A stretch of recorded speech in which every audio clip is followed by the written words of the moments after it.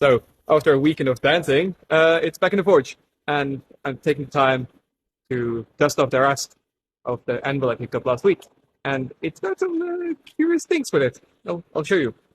So first off, London pattern, got a bit of dents, got some wear marks. The edge is slightly rolled over, and it's 60 kilos something. But looking at all the red lettering and such, like all of this is just a mess. It might be 1907. No idea why there's a 3 down there. And is it 64.5 kilos? I have no idea. It's something going on.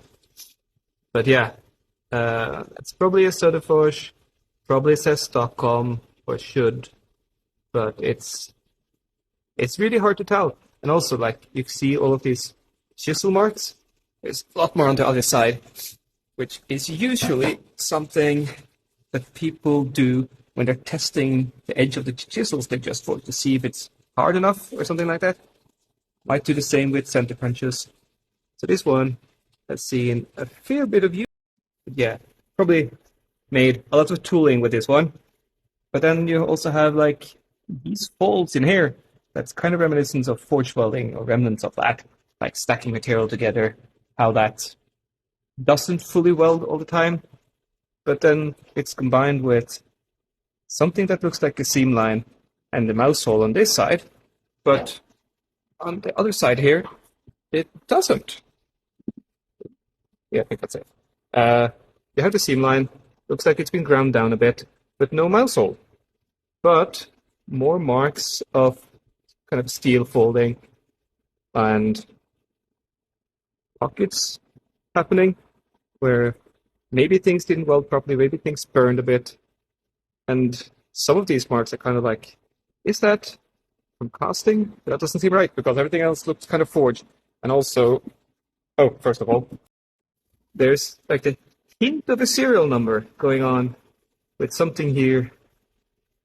And I don't know, something going on here. Something that might have been stamped in. Or it might just be wear marks.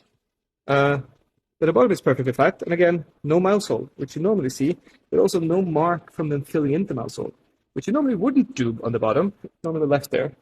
But can't see any of that. Yeah. Interesting little fella. 60 kilos. And what was the other thing?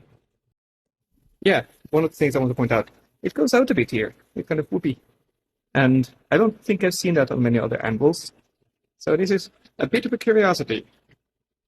My bet is going to be it's forged, possibly die forged, which would be kind of cool. And maybe they just needed the one mouse hole to just move this block of steel around as I was handling it. But undoubtedly, Stockholm and Söderfors, I'm pretty certain about that. And also, yeah, there we go. That's a little bit of a forged line. And you also often, iron body, steel face welded on here. And then you have a rolled edge, which you don't see on really solid cast anvils because they will more often chip. So I think that's actually a pretty fair bet. But yeah, I have anvils for sale. That's kind of me trying to do the forensics and read some history into this piece. But I have more. I mean, I have lots and lots more of things. If anyone happened to be in need of vices or leg vices, even a pretty old one, or hammers and top tools, or, your anvil-shaped objects, or for swaging. Hit me up if you need things. Don't worry though, Ducky is keeping them safe.